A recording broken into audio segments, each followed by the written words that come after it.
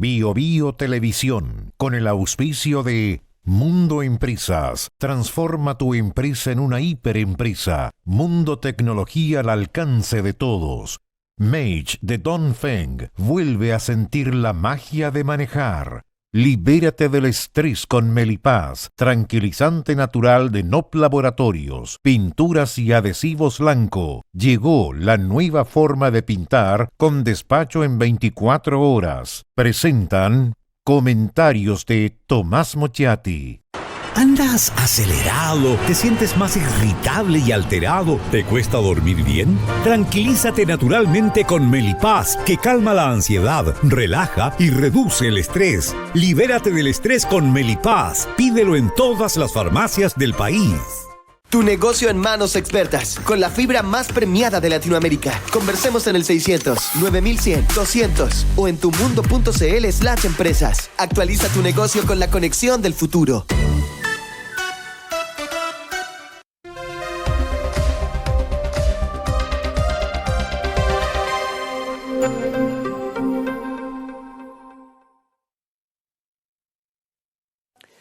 Las candidaturas presidenciales renguean, se tambalean, avanzan a trastabillones.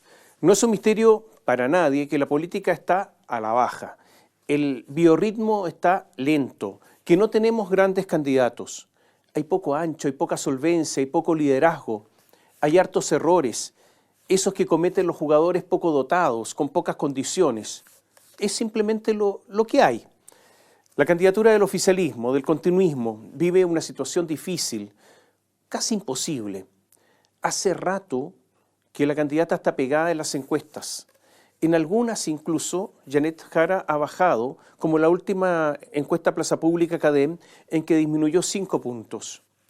Habla, participa en foros, en algunas entrevistas, solo algunas, hace caso a sus orejeros, pero como que nada le está resultando.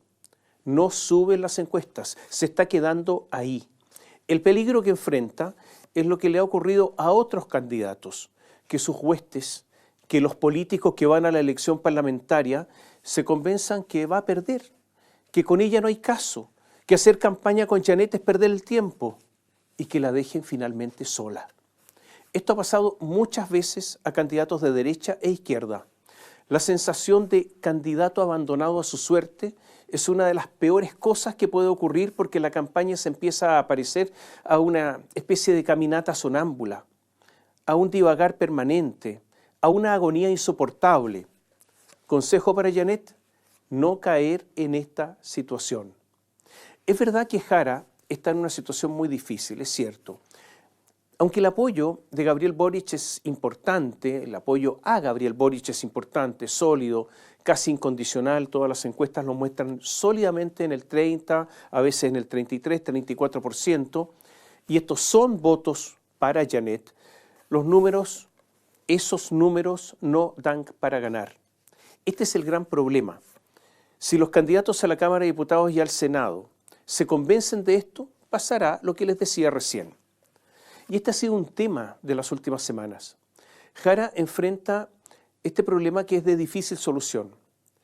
Es que ella inauguró una expresión cibernética en política, este asunto del reseteo, y esto es lo que provocó el tremendo desorden. Lo dijo en forma impúdica, yo diría casi desvergonzada. Lo que se prometió en las primarias oficialistas, dijo, no vale. La palabra empeñada no cuenta. Los conceptos ideológicos ya no corren. Así como usted puede dejar en blanco la memoria del computador o de su pendrive, Jara es ella la que se quedó en blanco por propia decisión para enfrentar la elección presidencial.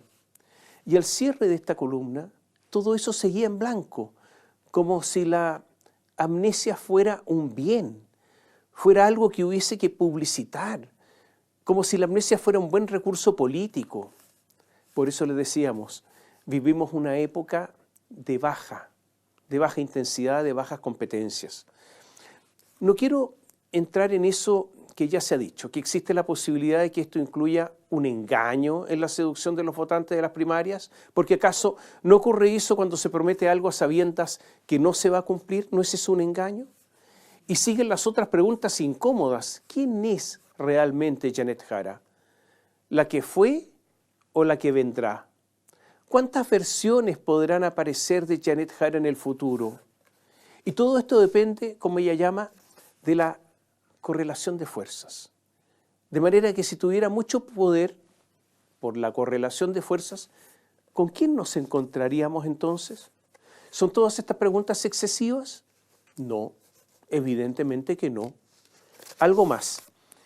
El programa de primaria fue presentado por Jara al servicio electoral, en un acto formal. No es lo escrito en un volante, de esos que se reparten en la calle, no es en un papel cualquiera, no es lo dicho en una proclama callejera. Decir que eso, que se presentó formalmente ante el servicio electoral, es también cometer un abuso sobre nuestra institucionalidad electoral. Janet Jara enarbola como uno de sus éxitos personales la reforma previsional que obliga a entregar más dinero a las AFP. En su programa, que es el único que ha presentado, el de las primarias, promete terminar con las AFP. ¿Cuál es la Janet Jara? ¿La que dice que lo de la reforma previsional entregando más dinero a las AFP es un éxito o la que dice que hay que terminar con las AFP?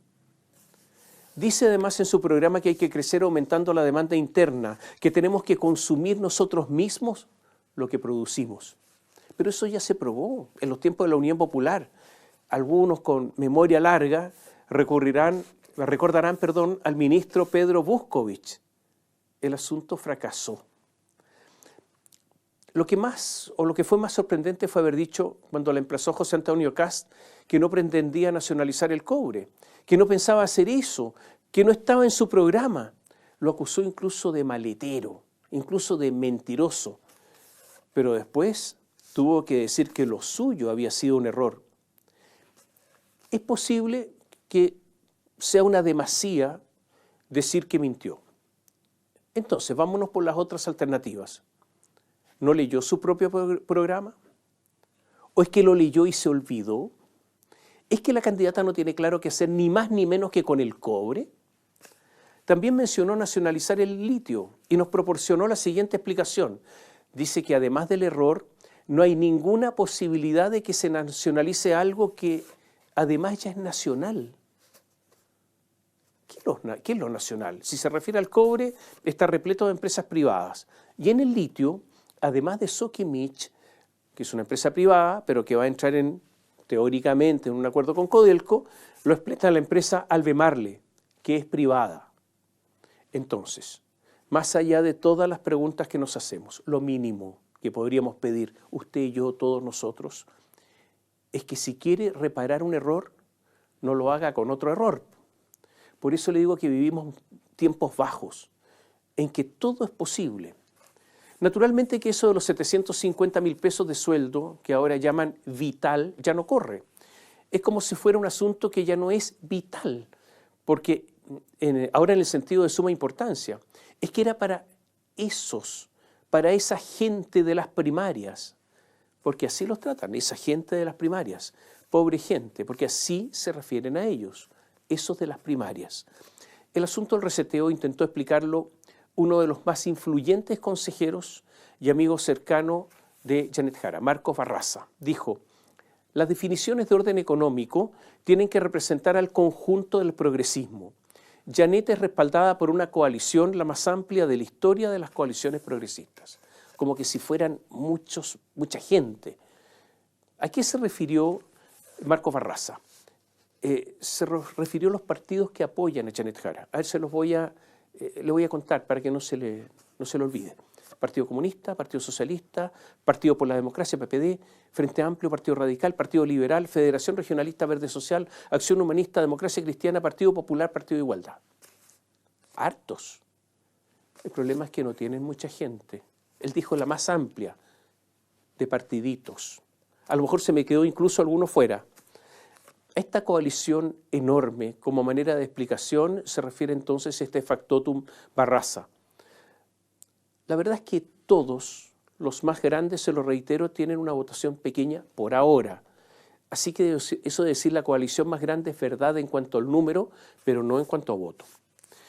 Y ahora hago un paréntesis. Hay algo en lo que el Partido Comunista sigue unido y en donde no hay discrepancia.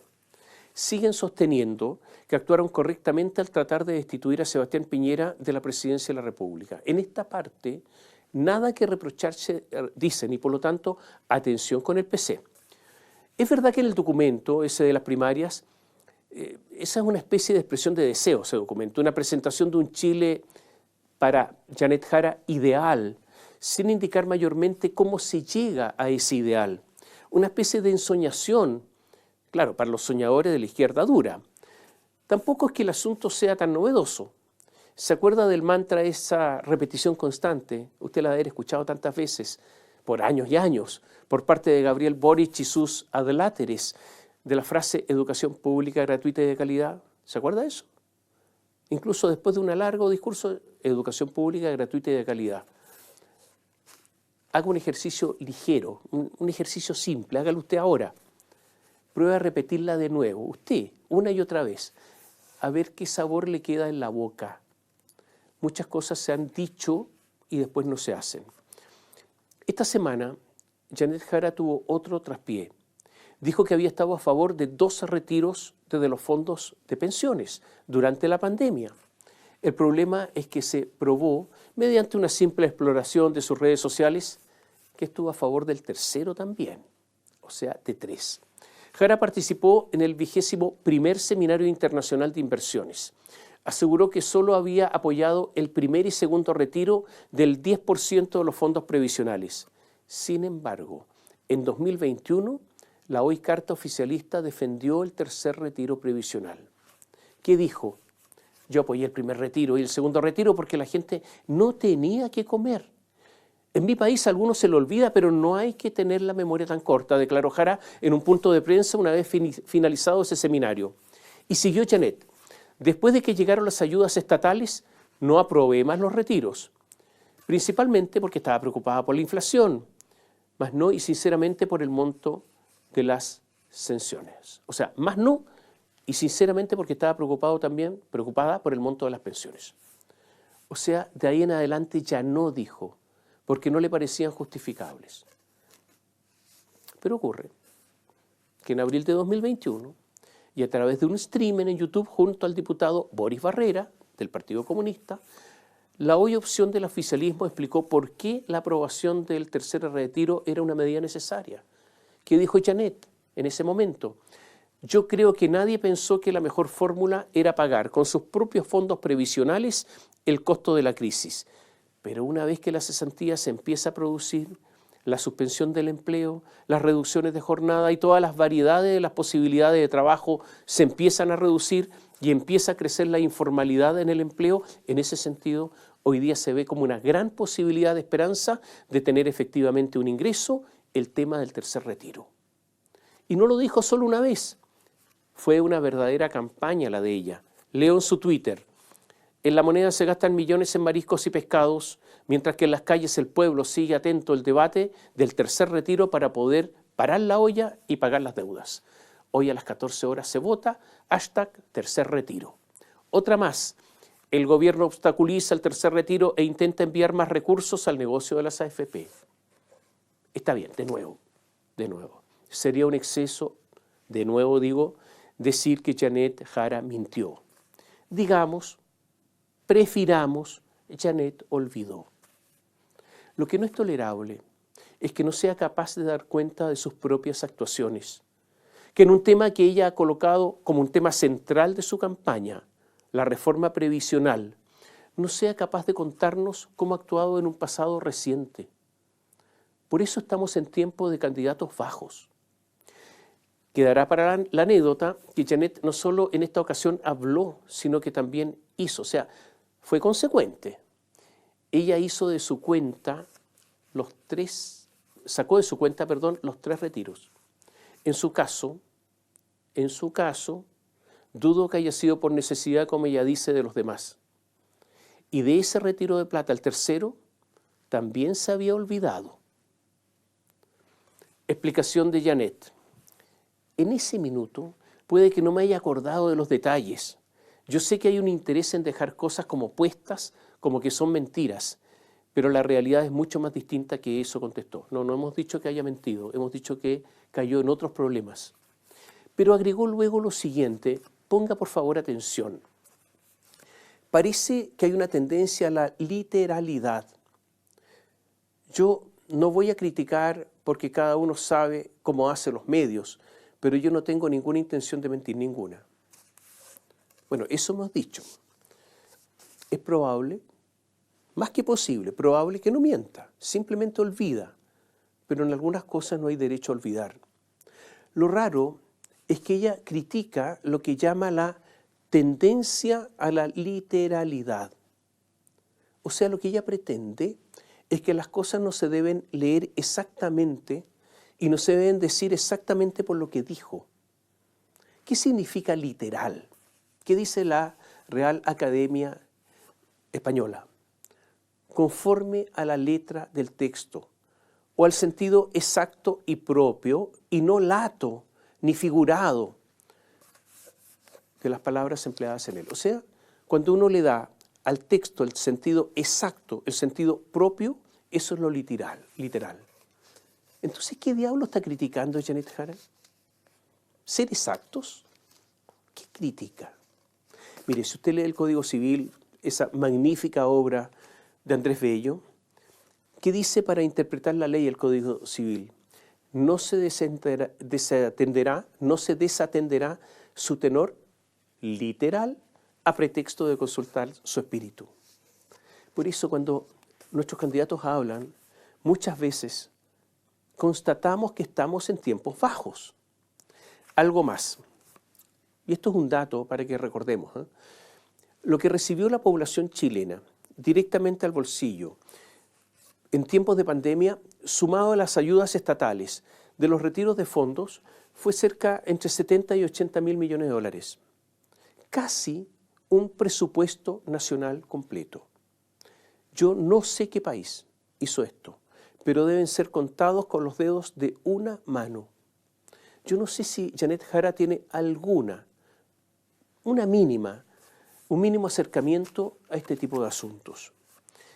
El comando oficialista escondió los últimos días al economista Luis Escobar, el que había cuestionado gran parte del programa de las primarias, el que había dicho que las cifras de empleo son un desastre, y resulta que Jara hasta hace poco era ministra del Trabajo, por lo tanto fue una declaración muy inoportuna.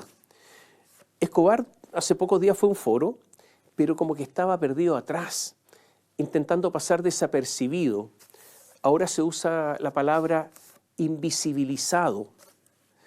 Jara tiene que definir ahora si será una especie de neosocialdemócrata o no, si ahora cree en una sociedad con clases o no. Lo único que hay hasta el cierre de esta columna es una candidata, hasta ahora, sin programa, o sea, totalmente en blanco, y por eso le decía que estamos en tiempos bajos.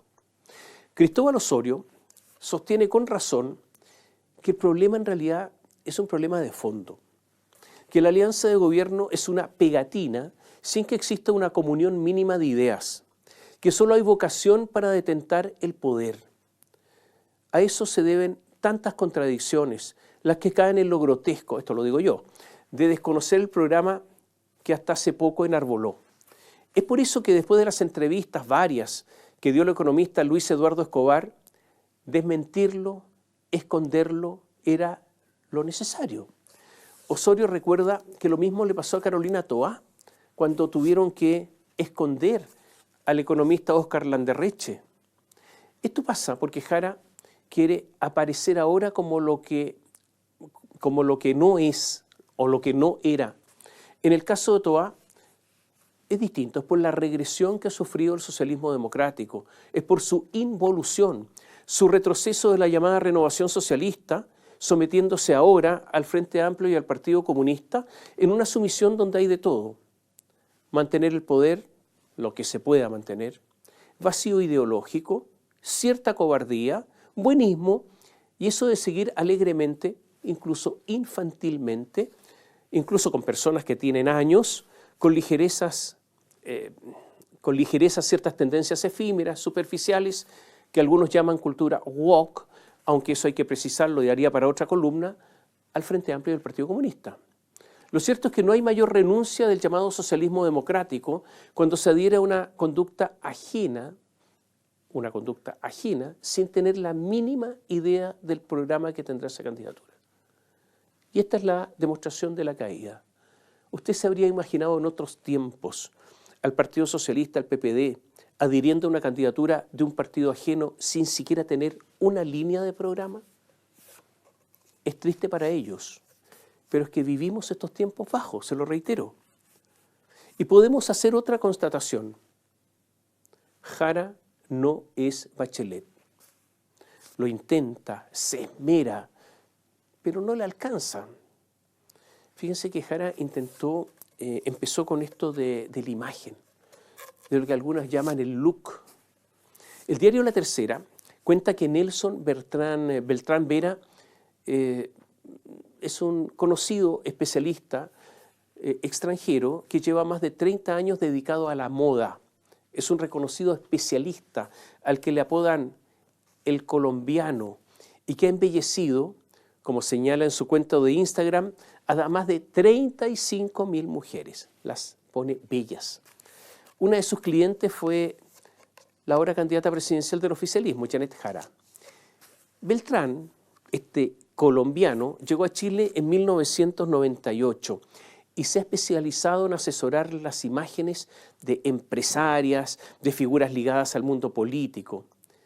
Entonces, Janet, ¿qué hizo? Recurrir a un experto de la élite. Pero ese es un pecadillo frente a la batalla que viene, la batalla grande. Lo hizo cuando era ministra del Trabajo, en el momento en que estaba lista la aprobación de la jornada de las 40 horas. Y esta fue la recomendación de este estilista colombiano. Parte central de la asesoría se concentró en el uso de la paleta de colores. Beltrán le aconsejó a Jara dejar atrás los colores cálidos, como el rojo característico del Partido Comunista. ¿Qué dijo él? Ella dejó de usar el rojo por mucho tiempo, usa labiales de otros colores, mucho más frambuesa, berry, pero ya no el rojo. Ese es un color cálido que por su colorido de vestuario no tiene armonía, no hay equilibrio. Al usar prendas en tonos fríos, utiliza también labiales en tonos fríos o neutros. Ella tiene una agenda muy ordenada, que entendió el mensaje de la importancia de la asesoría de imagen, que los colores fríos la van a rejuvenecer, ahí hay armonía, hay credibilidad y mucha empatía. Ese es su encanto entonces. Cuando alguien como la ministra Jara presenta el proyecto de 40 horas, lo muestra con su traje azulino, con una blusa champán. Es una imagen súper positiva como mujer, profesional, ministra de Estado. ¿Un poco más sigo? ¿Qué más dice el colombiano? Uno puede cada cierto tiempo volver a renovar el closet, volverlo más moderno o más osado, pero en este caso ella sigue manteniendo la línea hasta el día de hoy, con colores fríos como el fucsia, el rosa, el azul, mezclado con champán. Esto hace que tenga esa cercanía con la gente. Se refirió también al peinado, dijo, el corte de pelo también es un acierto, hasta que hace que se vea mucho más dinámica, más rápida, más ejecutiva y moderna. Haber hecho la transición de teñirse el pelo a dejarlo natural con un corte moderno también le sumó. Es un muy buen trabajo de imagen que ella hace. Le recomendé, eso dice el colombiano, le recomendé con quién atenderse para no teñirlo, mantenerlo 100% de forma natural, de fácil peinado. ¿Por qué le cuento toda esta historia? Para que usted aprenda, para que usted entienda que nada es casual, que se hacen esfuerzos, se pagan asesorías, se invierte, que en el intento de captar su voto se recurre a todo lo que sea necesario. Pero, pese a todo, se lo decía hace un momento, Jara no es Bachelet. Y no es que Michel fuera un portento, pero tiene algunas gracias. Michel logra esconder, logra camuflar con éxito su dogmatismo. Es mucho más calculadora, es más eficientemente calculadora, tiene más recursos y además es más olímpica, dicho en chileno. Si el Partido Comunista soñaba con tener su propia Bachelet, comienza el desengaño. La misma candidata dio a conocer un giro en la campaña. ¿Cuál es el giro de Janet Jara? Se terminaron los foros, se terminaron las entrevistas. En el comando se convencieron de que había demasiados errores no forzados, confusiones, contradicciones, olvidos. Ella dijo que prefería estar en las calles, en las regiones, con la gente. Quiere estar con el pueblo y no con esos grupos que pertenecen a la élite. En el programa de gobierno de las primarias se habla mucho de abusos, o sea, de un país que se divide entre abusadores y abusados. Una variante de la élite versus el pueblo. Y habrían caído en la constatación que en esos foros y debates ella le estaba hablando a la élite o a los abusadores. Jara lo explicó así. ¿Qué es lo que dijo? Mi campaña se construye con diálogo directo con la ciudadanía, priorizando la voz de la gente común por sobre la presión de los grupos económicos y los polos cerrados. Le hace los debates. Las entrevistas van a ser, creo yo, solo las entrevistas amables. Agregó Jara. Llegó la hora de que me reúna con los chilenos en regiones que no tienen la posibilidad de estar agrupados en gremios y voy a empezar a hacer eso de ahora en adelante. Entonces, en los próximos días comienza una gira de 27 días por el país con un amplio despliegue territorial. Comienza en Valparaíso el 18 de agosto, termina en Santiago el 14 de septiembre. Ya están las poleras estampadas, ya están toda la campaña publicitaria y un llamado, así como comillas, súbete a la jaraneta, en un intento por salir de todas estas polémicas de los últimos días. Todo hace pensar que este giro en la campaña es razonable, porque lo que estaba haciendo hasta ahora no le estaba resultando. Ahora, con la inscripción de su candidatura, debe presentar su programa de gobierno. El desafío será aquietar a los que terminen descontentos. Se estima que la disciplina del Partido Comunista será fundamental para que nadie se salga de las filas, pero será de todas maneras la presentación de este programa de gobierno, que es una exigencia legal, ahora que tiene que inscribir su candidatura, será un parto. Esto dijo Marcos Barraza, el asesor más cercano o uno de los más cercanos a Janet Jara. Las definiciones de orden económico tienen que representar el conjunto del progresismo. Todos, o sea, ellos también, tendrán que ser representados. Habrá que ver qué pasa con el economista Luis Eduardo Escobar, el que algunos catalogan como el panteonero del programa que Jara proclamó en las primarias.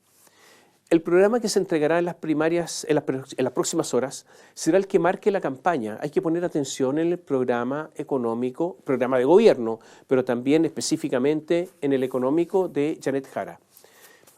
Hay que recordar que además de Luis Eduardo Escobar, el equipo económico de Jara tiene más componentes. Está Andrea Betancor, trabajó con Alberto Arenas, uno de los más oscuros ministros de Hacienda en tiempos de democracia. Recordemos que fue despedido por Michelle Bachelet. Otro integrante del equipo económico de Jara, Nicolás Bohm, militante comunista. Según Exante, uno de los cerebros técnicos de la reforma tributaria de Mario Marcel y asesor de la candidatura a la presidencia anterior de Daniel Jadwe. Tomás Flores, ex subsecretario de Economía, comparó las propuestas de Jadwe y de la reforma tributaria de Boric y concluyó que eran prácticamente iguales en un 73%. Bohm es el hombre. Este economista, además, quería en la Convención Constitucional someter las políticas del Banco Central a una bolsa de payaso, a algo que decía así, a objetivos democráticos y de desarrollo. Otro economista es Sebastián García, el cerebro de la parte económica de Gonzalo Winter. Todos, obviamente, quieren de alguna manera, una u otra, subir los impuestos. Ellos tendrán que renunciar a buena parte de su ideología en este programa que tiene que ser presentado en las próximas horas. Hace unos días, Jara, en una reunión con trabajadores eventuales del puerto de Valparaíso, apoyó el proyecto de ley que impulsa el diputado comunista Luis Cuello, que pretende instaurar otro impuesto más, un royalty portuario, el que debería ser pagado por las empresas navieras. Amén de que la izquierda piensa permanentemente en más impuestos, ocurre que los puertos chilenos son de los más ineficientes. Fíjense que en cada puerto chileno, esto es increíble, hay dos empresas. La empresa privada, que hace el trabajo, que licitó, y hay una empresa estatal, que hace muy poco y que cobra bastante por ese poco hacer. 2 empresas para un mismo puerto. Y que ahí donde habló Jara, ahí en San Antonio, todavía no se ha logrado su ampliación, el puerto exterior. Y resulta que San Antonio está perdiendo importancia frente al peruano Chancay. Y resulta que el puerto peruano está totalmente mecanizado. O sea, Janet Jara no habría tenido con quién hablar, porque ahí no hay trabajadores eventuales. Y quieren además a estos puertos ineficientes colocarle un royalty. Bueno, así están las cosas. Desde el punto de vista electoral, se lo decíamos, Jara no está subiendo las encuestas, asesores le han dicho que tiene que ir, esto es muy interesante, por el voto despolitizado. Recuerdan que en la segunda vuelta de 2021, el 60% de los votos de Franco Parisi fue a Gabriel Boric. Se lo voy a repetir, este es un dato importante. La asesoría de Jara ha recordado que en la segunda vuelta de 2021, el 60% de los votos de Franco Parisi fue a Gabriel Boric. Y dentro de las paradojas de la política, han visto con buenos ojos la alianza de Franco Parisi con Pamela Giles, lo que podría permitir de nuevo ese trasvasije. Y hay un dato, según Juan Pablo Lavín, de Panel Ciudadano Universidad del Desarrollo, las encuestas de Panel Ciudadano Universidad del Desarrollo, él dice que Parisi hoy le quita más votos a Kast que a Jara o Matei. Atención con esto. Delante dije que había una actitud de sumisión del llamado socialismo democrático. Bueno, ocurre que hubo una reunión del PPD. Fue una reunión como psicoanalítica, política, pero psicoanalítica, donde se autoanalizaron. Entonces el presidente del PPD, el senador Jaime Quintana, frente al fracaso de Carolina Toá, que solo obtuvo el 28% de los votos de las primarias, dijo, escuche bien, textual, el despliegue territorial de la campaña de primarias fue levantado fundamentalmente por el PPD. Nos habría gustado una presencia más robusta de todos los partidos. O sea, reclamó porque los otros partidos no los ayudaron, principalmente el Partido Socialista. Pero dijo otra cosa más. Dijo, la candidatura de la ex ministra del Interior ayudó a revitalizar el partido de las regiones y a retomar una mística que creíamos perdida.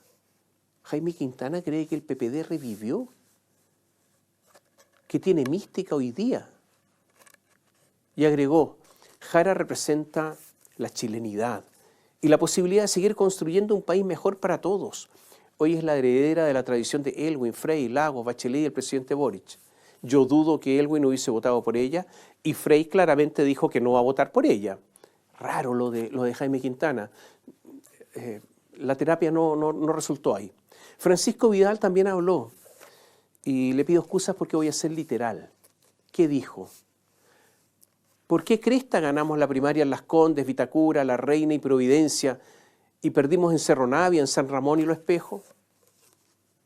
El más inteligente de todo, una vez más, fue Guido Girardi. Fue el más agudo. Escuche con atención lo que dijo Girardi, es muy interesante.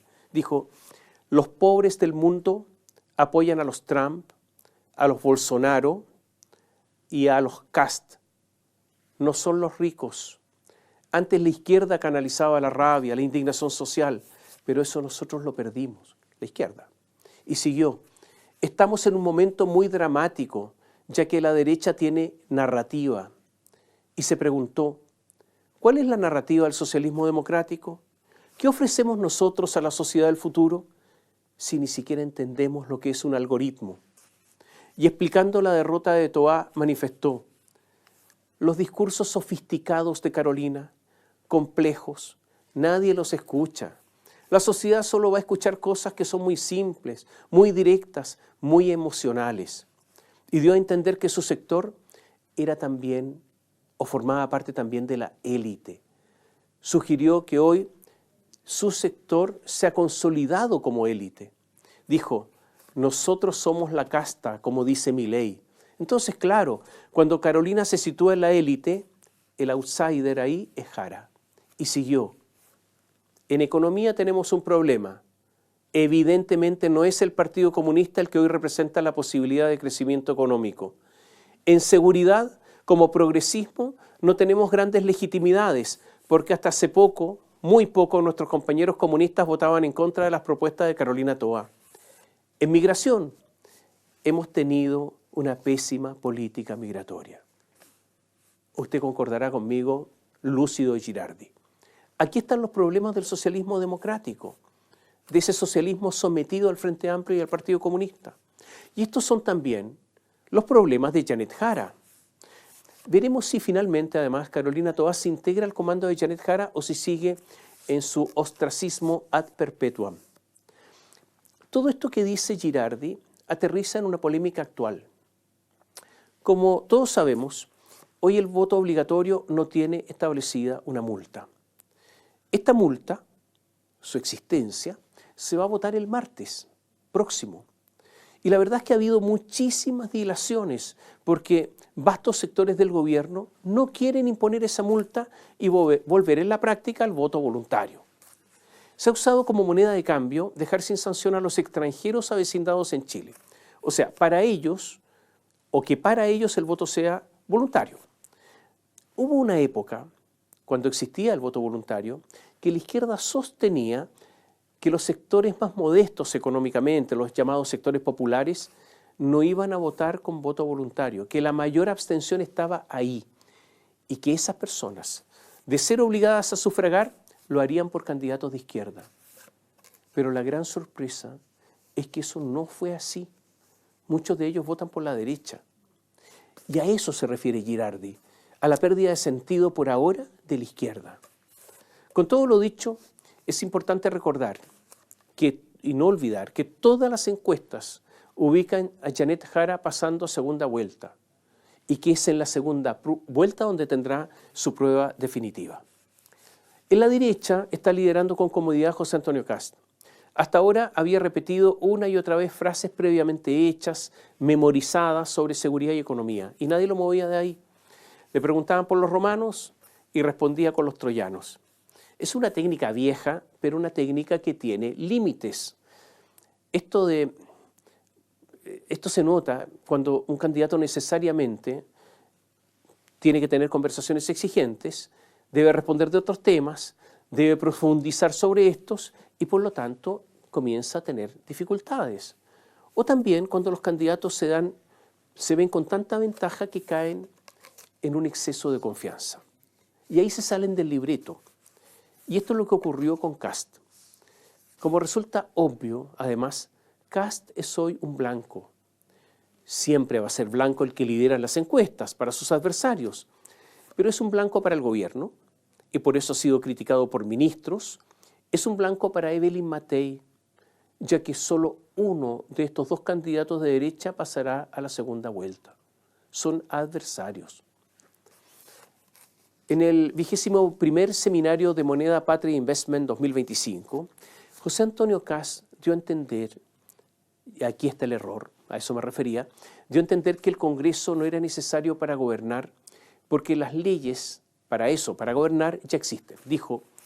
Lo dijo textual, no necesitamos más leyes para aplicar la ley, y reforzó la idea de que yo voy a aplicar la ley, dijo, y agregó algo que provocó escozor y reacciones. Dijo, el Congreso es importante, pero no es tan relevante como ustedes imaginan. Y agregó que la facultad privativa de iniciativa de ley del presidente en ciertas materias debe respetarse.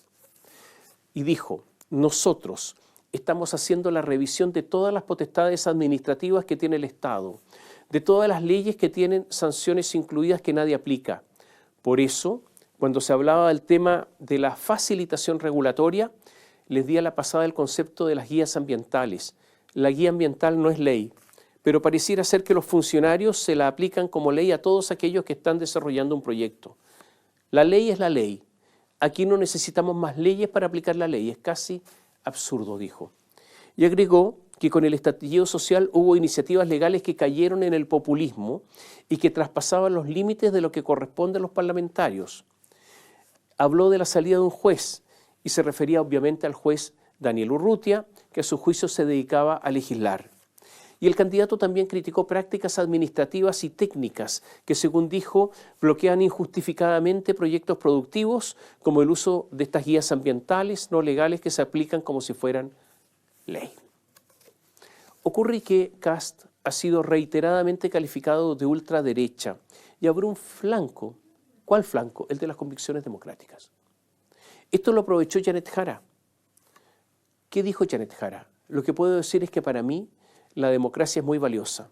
Efectivamente, las leyes se disputan en el Congreso Nacional con la amplia cantidad de miradas que hay en el país.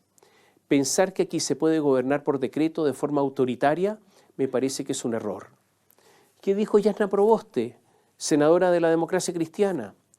Kast demostró cómo la ultraderecha en todo el mundo lo que pretende es gobernar por decreto saltándose la democracia. ¿Qué dijo Camilo Escalona, secretario general del Partido Socialista? Fujimori fue electo con los votos, dio un golpe y se quedó no sé cuántos años en el poder. Bukele es de elección civil y ahí está eternizándose en el poder. ¿Cuál es el instrumento que utilizan estas personas? Los decretos, saltarse al Congreso Nacional. La democracia les incomoda. Habló incluso el gobierno, no desaprovechó la ocasión.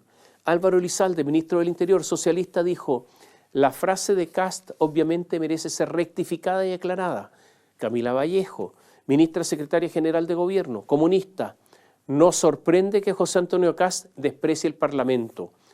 Estuvo 16 años sin hacer nada muy relevante siendo diputado. Pero no fue solo ahí donde hubo críticas, también desde la derecha.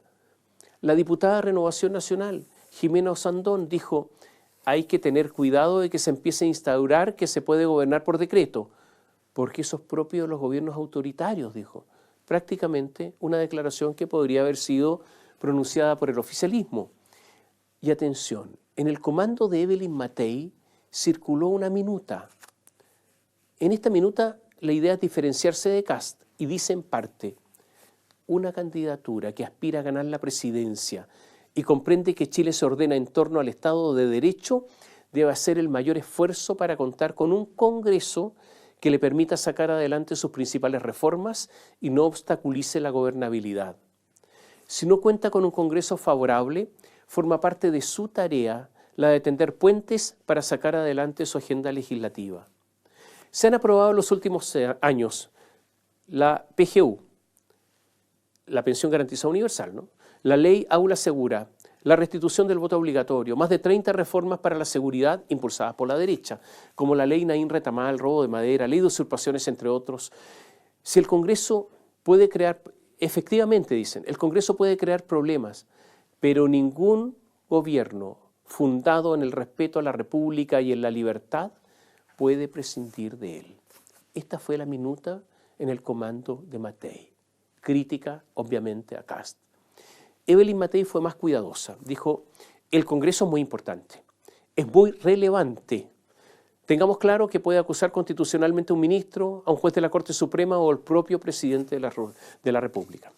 Ahora, claro, Matei tenía que ser más cautelosa porque en abril de este año, en Radio Infinita dijo lo siguiente: trataré de gobernar todo lo posible con decreto.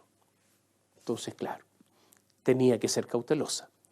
Algunos analistas académicos dijeron incluso que lo que había dicho Kast podía ser el inicio del recurso de los resquicios legales, esos que ocurrieron en los tiempos de Allende, aludiendo al abogado Eduardo Novoa Monreal. Yo creo que es un exceso.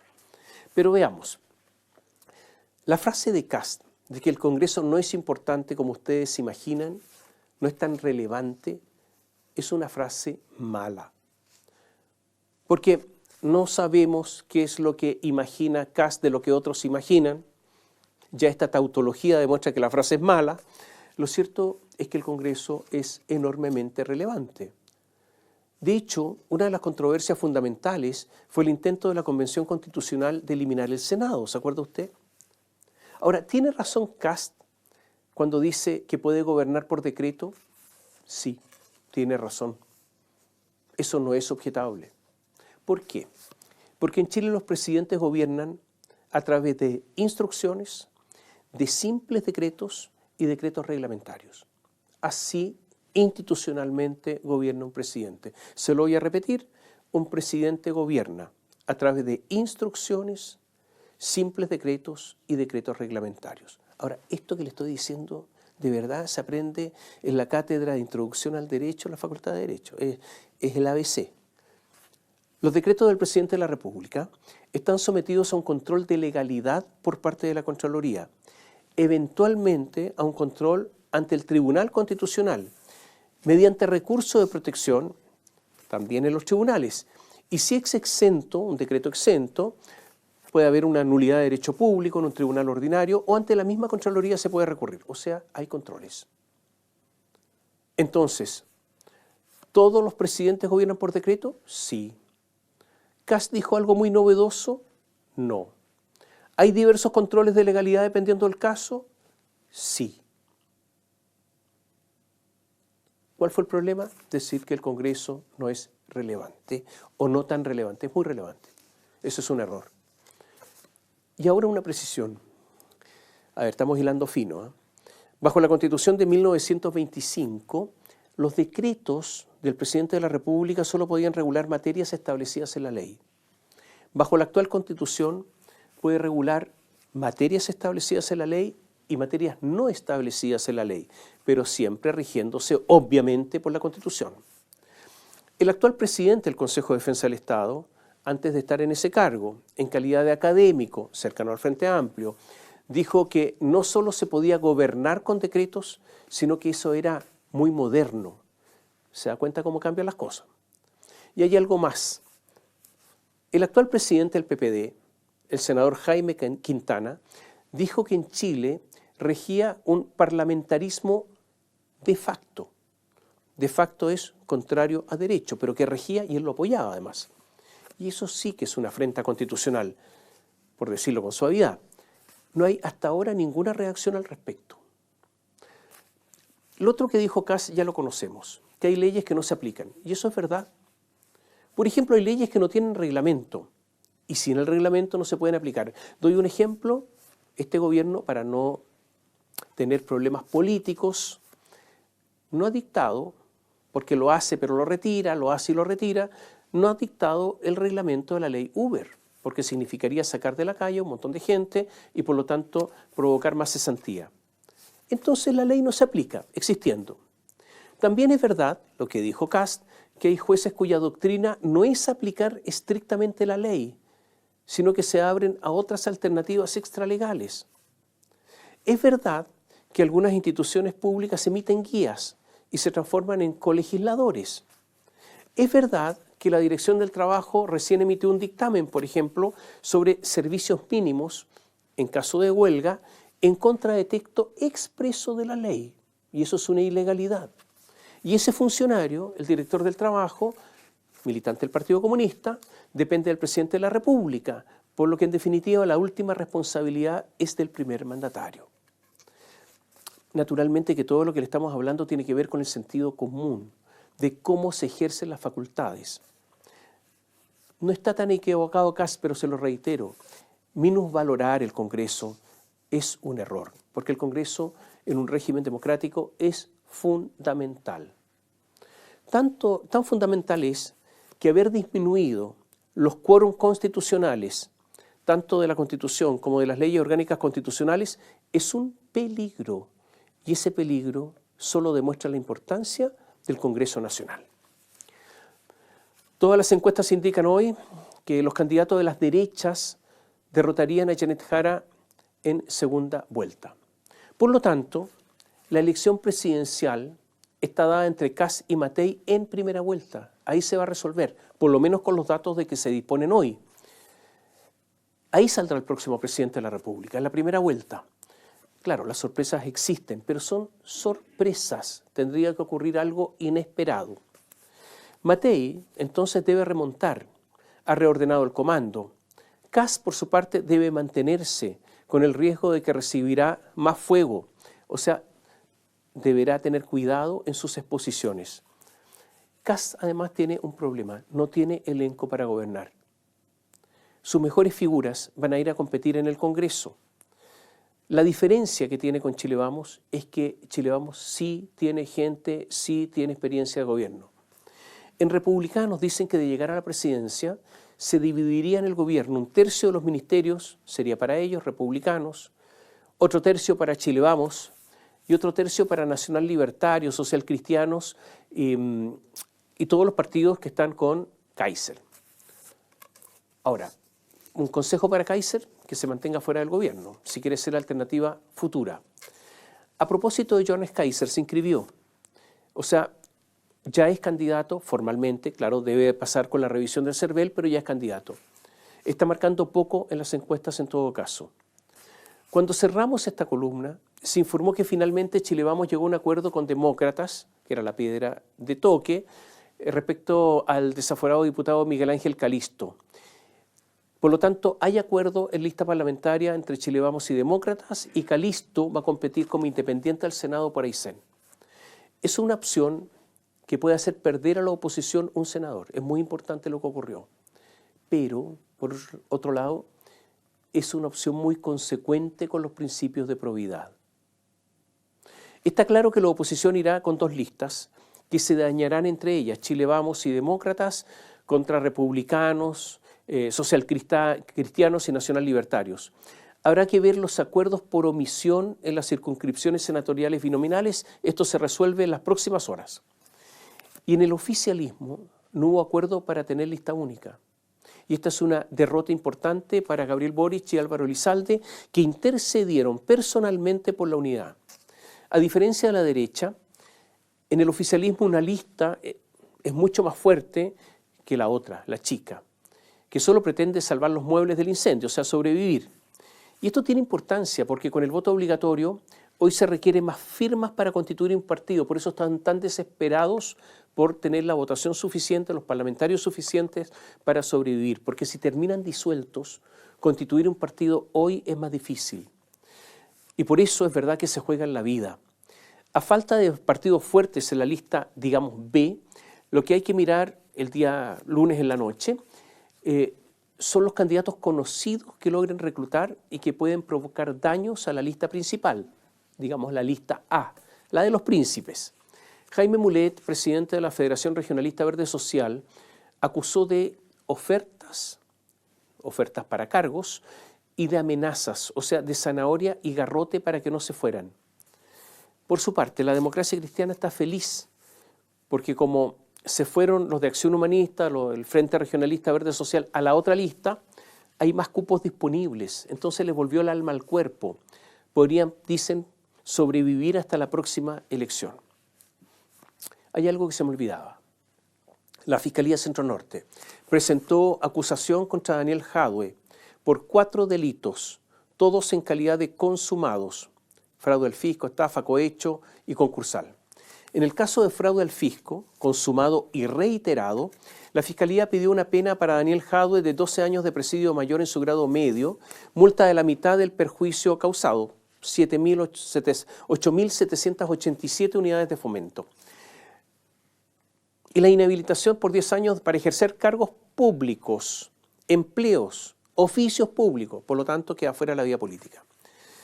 En el caso de la estafa, la Fiscalía pidió para Jadwe una pena de 3 años y un día de presidio más una multa de 21 unidades tributarias mensuales. En el caso del cohecho, la vulgar coima, una condena de 820 días de reclusión menor y una multa de 19 millones de pesos e inhabilitación de 5 años para ejercer cargos públicos. Para el delito concursal, el ente persecutor pide una pena de 541 días de reclusión menor. Esta audiencia de preparación de juicio oral en contra de Daniel Jadwe será el 3 de septiembre. En el escrito, firmado por el fiscal Javier Armendáriz, se señala que la Fiscalía presentará muchos medios probatorios, ofrecerá declaraciones de 319 testigos, relatos de 21 peritos, 783 pruebas documentales y otros 134 elementos. Esto en la audiencia de preparación del juicio oral. Después habrá que ver qué pruebas quedan seleccionadas para el juicio oral. Pero pese a todo esto, Daniel quiere presentarse a la elección. Guapea, invoca, exige, fanfarronea. Entonces, una de las preguntas que se dilucidarán ahora el lunes es si este hombre tuvo éxito y pese a todo lo que le hemos contado, estará en la papeleta. Existe una sensación que en el caso de las licencias médicas va a pasar poco, que serán despedidos algunos, los sacrificables. De juicios penales por la plata que se robaron, poco y nada, quedarán impunes. De hecho, se anunció la expulsión de 281 médicos extranjeros por licencias falsas, pero no se les va a seguir un juicio penal. O sea, estos sinvergüenzas ladrones, en muchos casos, van a quedar impunes. El Ministerio de Hacienda dio a conocer el tercer balance de funcionarios con viajes al extranjero con licencias vigentes. La cifra va en aumento. Ya van 10.961 funcionarios públicos. La suma robada subió a 12.398 millones de pesos. La verdad que es una casa de remolienda esta. Faltan los funcionarios de los municipios, lo de las corporaciones municipales, pero ahí, en esa parte, los señores y señoras alcaldes y alcaldesas han andado lento. ¿Van a despedir a esta gente, salvo casos en que se acredite la inocencia claramente o no? Y a todo esto, en el sector privado, no pasa nada, porque está desguarnecido, está a la intemperie, está desamparado. Porque para el sector privado no existe Dorothy Pérez, sino autoridades que tienen que fiscalizar y no lo hacen, porque finalmente ellos son pro trabajador. Leo una sentencia, para que usted entienda qué es lo que está ocurriendo. Una sentencia dictada por la, así se llama, ¿no?, Ilustrísima Corte de Apelaciones de Santiago, en una sala compuesta por la ministra Graciela del Carmen Gómez Quitral, la abogado integrante María Fernanda Vázquez Palma y la fiscal judicial Ana María Hernández Medina. La causa tiene el rol 719-2025. La empresa Aguas Nuevas despidió a un trabajador porque con licencia médica se fue a España, ocultó el viaje, estaba en reposo obligatorio, pero no, él se fue nomás. ¿Y qué sostuvo la Corte de Apelaciones y estas magistradas? Sostuvo que el despido, porque lo despidieron por eso, es injustificado, porque no viola ninguna obligación contractual, ya que la relación contractual está suspendida. Esta sentencia fue dictada después de que explotara el escándalo de las licencias médicas. Estos jueces, que son funcionarios públicos, deberían, si es que estimaron que esto es así, haber hecho una denuncia ante el Ministerio Público, es su deber, porque aquí podría existir la comisión de un delito, pero no lo hacen. Con estos jueces no hay caso, y de este tipo de jueces están repletos los tribunales, con estos ilustrísimos señores y señoras. Así que hay que tratarlo de esta manera, por si acaso. Hay muchos de esta especie, y con esto no hay vuelta. Un ciudadano pidió a la Suceso, la Superintendencia de Seguridad Social, la que no fiscalizó la emisión de licencias falsas y que debería hacerlo en el sector privado, que le proporcione el nombre, nacionalidad, especialidad médica, región de desempeño de los emisores de gran cantidad de licencias falsas. El Consejo para la Transparencia ordenó a la Suceso entregar estos datos, resguardando el RUT, el domicilio de datos personales. Y le dio a la Suceso 20 días de plazo para que cumpla.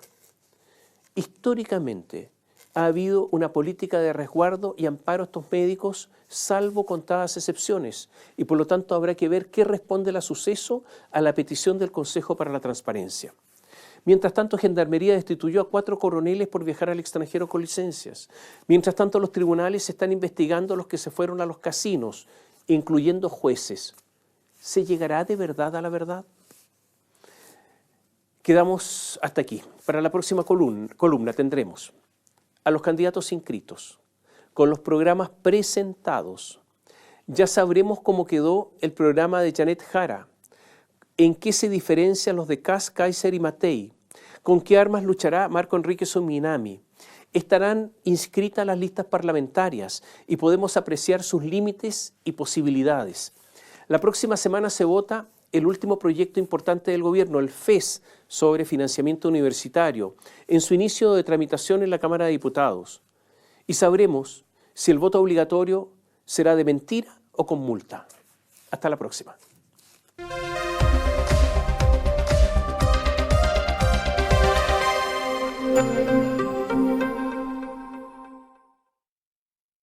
Bio Bio Televisión, con el auspicio de Mundo Empresas. Transforma tu empresa en una hiperempresa. Mundo Tecnología al alcance de todos.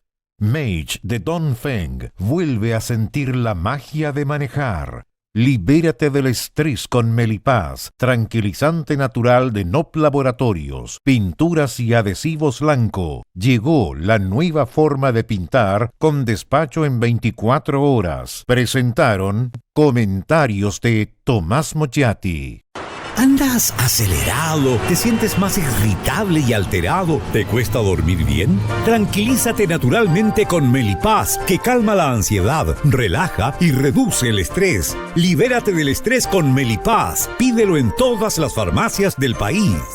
Tu negocio en manos expertas, con la fibra más premiada de Latinoamérica. Conversemos en el 600-9100-200 o en tumundo.cl/empresas. Actualiza tu negocio con la conexión del futuro.